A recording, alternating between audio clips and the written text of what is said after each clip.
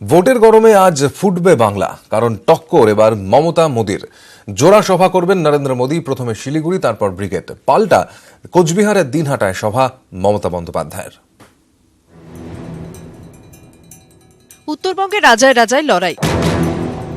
বুধবার প্রথমে শিলিগুড়িতে নরেন্দ্র মোদীর সভা, তারপর বুধবারই রাজ্যে মমতা বন্দ্যোপাধ্যায় প্রচার শুরু করবেন কোচবিহারের দিনহাটা থেকে। উত্তরবঙ্গে যেন রক্তের স্বাদ পেয়েছে বিজেপি, তার একাধিক কারণও রয়েছে। উত্তরবঙ্গের নানা জায়গায় সংগঠন রয়েছে আরএসএস এর, রয়েছে আরএসএস পরিচালিত স্কুলও। বিজেপি মনে করে উত্তরবঙ্গে এখনো ধর্মীয় মেরুকরণের কৌশলে প্রচার করলে প্রভাব তৈরি করা যায়। এছাড়া নানা সময় বাংলাদেশ থেকে হিন্দুরা এদেশে এসেছেন, তাদের মনেও তীব্র আবেগ কাজ করে, যাকে কাজে লাগাতে চাইছে বিজেপি। আদিবাসী প্রধান আলিপুরদুয়ার লোকসভা কেন্দ্রে এবার বিজেপি মুখ করেছে জন বার্লাকে, যিনি একসময় ছিলেন আদিবাসী বিকাশ পরিষদের নেতা। দার্জিলিংয়ে ভূমিপুত্র কাউকে প্রার্থী না করলেও সেখানে বিজেপিকে সমর্থন করছে জিএনএলএফ এবং বিমল গুরুংরা। বিজেপির দাবি জলপাইগুড়ি, ধূপগুড়ি, ময়নাগুড়ির মতো বিভিন্ন এলাকাতেও তারা জোরদার লড়াই দিতে পারবে। এসব কারণে মরিয়া মোদির টার্গেট উত্তরবঙ্গ। তিস্তার পরে আজ রাজনৈতিক উত্তাপ, মোদি আর মমতার টক্কর। তার কারণ দুজনের কাছেই এটা মর্যাদার লড়াই। তৃণমূল জানে বিজেপি রাজ্যে তাদের প্রধান প্রতিপক্ষ, তাই 1 ইঞ্চি জমিও তারা ছাড়তে নারাজ। দিনহাটা সভা থেকে মোদীকে পাল্টা জবাব দেবেন মমতা। উত্তরবঙ্গের বিভিন্ন এলাকায় তৃণমূলের গোষ্ঠীদ্বন্দ্বের অভিযোগ রয়েছে।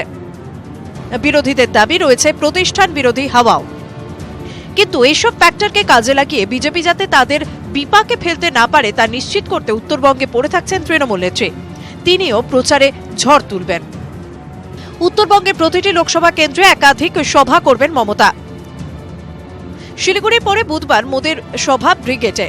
3:30 পর তার মঞ্চে ওঠার কথা।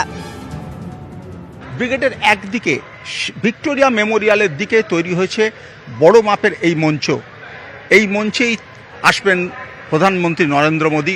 সেখান থেকেই সমস্ত কর্মী সমর্থকদের উদ্দেশ্যে, রাজ্যের মানুষের উদ্দেশ্যে তিনি কি বার্তা দেন সেটাই এখন দেখার। মঙ্গলবার ব্রিগেড ময়দানে গিয়ে প্রস্তুতি খতিয়ে দেখেন বিজেপির রাজ্য সভাপতি। উনি পার্টি, উনি পদ, উনি মুখ্যমন্ত্রী, উনি নেত্রী সব।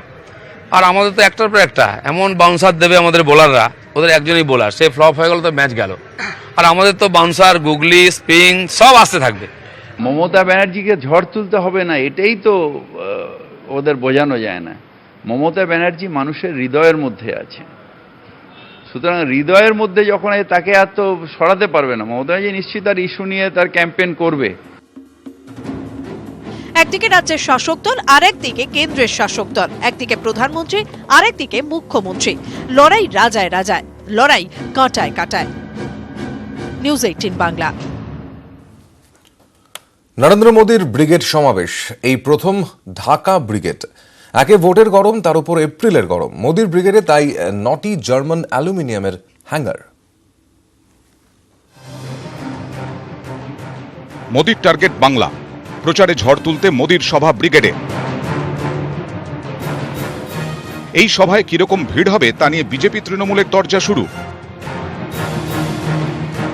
ब्रिगेड में 10 लाख से ऊपर लोग पहुंचेंगे। आज तक कभी भी ब्रिगेड में 10 लाख लोग एकत्रित नहीं हुए। গানের তলায় কটা লোক হতে পারে, এটা সিনেমা হলের মতন লাগে।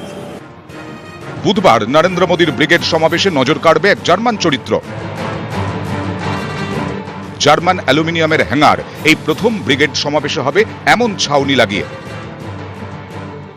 মোদীর ব্রিগেডের সভায় থাকবে 9টি জার্মান অ্যালুমিনিয়ামের হ্যাঙ্গার। বিজেপির দাবি, যা ঢাকা দেবে 60,000 বর্গমিটার এলাকা। দক্ষিণবঙ্গের 30টি সাংগঠনিক জেলা থেকে হাজারে হাজারে লোক এই ব্রিগেড প্যারেড গ্রাউন্ডে জড়ো হবে, এটাই বিজেপির দাবি।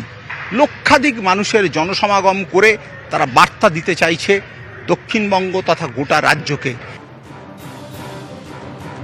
মোদীর ব্রিগেড সমাবেশে থাকছে 3টি মঞ্চ। মূল মঞ্চটি বড়, পাশে আরো 2টি তুলনায় ছোট মঞ্চ। মূল মঞ্চে মোদির পাশাপাশি থাকবেন দক্ষিণবঙ্গের 32 জন বিজেপি প্রার্থী। এছাড়া দিলীপ ঘোষ, কৈলাস বিজয়বর্গী, মুকুল রায়, শিবপ্রকাশ, বাবুল সুপ্রিয়, রূপা গঙ্গোপাধ্যায়, রাহুল সিনহারাও থাকবেন মূল মঞ্চে। পাশের দুটির মধ্যে একটি মঞ্চে থাকবেন বিজেপির জেলা নেতৃত্ব, অন্যটিতে রাজ্য নেতৃত্ব। ব্রিগেড ময়দান এবং কলকাতার বিভিন্ন প্রান্তে থাকছে 150টি এলইডি স্ক্রিন। মঞ্চ ও সভাস্থল ঘিরে 32টি ক্লোজ সার্কিট ক্যামেরা। ব্রিগেডে থাকবে 5টি অ্যাম্বুলেন্স ও 3টি মেডিকেল ক্যাম্প। ব্রিগেডের ময়দানে একমাত্র নরেন্দ্র মোদীরই কাটআউট রাখা হচ্ছে। থাকবে 1000 কাটআউট। থাকবেন 2500 স্বেচ্ছাসেবক। এবার ব্রিগেড ভরাতে বিজেপির ভরসা ট্রেন। তাদের দাবি, ট্রেনে চেপেই বেশিরভাগ কর্মী সমর্থক কলকাতায় আসবেন। হাওড়া, শিয়ালদা এবং কলকাতা স্টেশন থেকে বেরোবে একাধিক বড় মিছিল। বলেছি আপনারা ট্রেনে আসুন, ছোট গাড়িতে করে স্টেশনে আসুন, ওখান থেকে ট্রেনে আসুন, হাওড়া থেকে হেঁটে আসুন।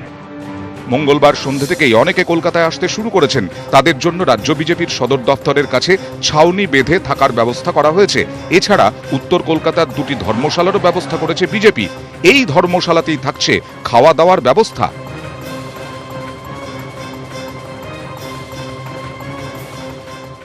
নিউজ 18 বাংলা। হিন্দুত্বের তাস কিংবা জাতীয়তাবাদের সুরসুরি বিজেপির ভোট প্রচারের মূল ফোকাস। তার মোকাবিলায় কংগ্রেসের অস্ত্র দারিদ্র্য, বেকারত্ব, কৃষি সংকট, শিক্ষা এবং স্বাস্থ্য। ভোট বাজারে ফারাকটা স্পষ্ট। প্রথম দফার ভোট 11 এপ্রিল। তার আগে দেশ জুড়ে জোরদার প্রচারে শাসক বিরোধী সব পক্ষই। বিরোধীদের মুখে মোদী সরকারের ব্যর্থতা নিয়ে এক ঝাঁক অভিযোগ। সংকটে কৃষকেরা, চোখ রাঙাচ্ছে দারিদ্র্য, তলানিতে কর্মসংস্থান। देश में रोजगार की जरूरत है, देश में किसानों की मदद करने की जरूरत है, देश में न्याय की जरूरत है, महिलाओं की देखभाल करने की जरूरत है, महिलाओं को रिजर्वेशन देने की जरूरत है। বিরোধীদের অভিযোগ নিয়ে কি বলছেন প্রধানমন্ত্রী নরেন্দ্র মোদী? 5 বছর আগে ক্ষমতায় এসেছিলেন अच्छे দিনের স্বপ্ন দেখিয়ে, কিন্তু এবার যেন উলট পুরাণ। বিজেপির পোস্টার বয় সেই মোদীর মুখেই উন্নয়নের কথা কম, বরং বেশি বেশি করে উগ্র জাতীয়তাবাদের জিগির। আস্তিন থেকে ধর্মীয় মেরুকরণের তাসও বের করে ফেলেছেন প্রধানমন্ত্রী।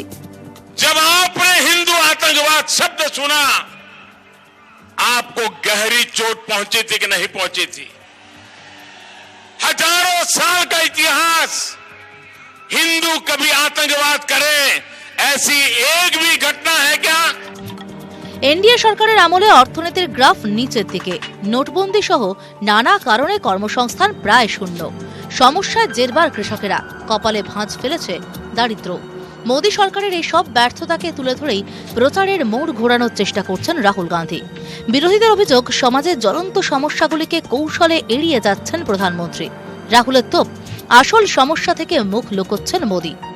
नरेंद्र मोदी जी छुप रहे हैं, नरेंद्र मोदी जी डरे हुए हैं, नरेंद्र मोदी जी सच्चा जो डिबेट है वो नहीं करना चाहते। मैंने आपसे बोला है और मैं फिर से दोहरा रहा हूं, भ्रष्टाचार पे मेरे से आके डिबेट करें, नेशनल सिक्योरिटी पे मेरे से आके डिबेट करें। आए, चैलेंज देता हूं नरेंद्र मोदी जी को। ভোটের আগে সরকারের ব্যর্থতা তুলে ধরে অস্ত্রে শান দিচ্ছে বিরোধীরা। তা বুঝেই কি দেশের মূল সমস্যা উগ্র জাতীয়তাবাদ আর সাম্প্রদায়িক সুরসুরি দিয়ে ঢেকে দিতে চাইছেন মোদী? বিজেপি যতই ধর্মীয় আবেগ এবং জাতীয়তাবাদের আবেগ নিয়ে কথা বলুক না কেন, সেই পথে হাঁটবে না কংগ্রেস বলেই সিদ্ধান্ত নিয়েছে এআইসিসি। ঠিক এই মূল মন্ত্রই রয়েছে গত 1.5 বছরে কংগ্রেসের বিভিন্ন রাজ্যে নির্বাচনের সফলতার পেছনে, এবং ইস্তেহারের প্রকাশের দিনও সেই পথেই হাঁটল কংগ্রেস। নিউজ 18 বাংলা।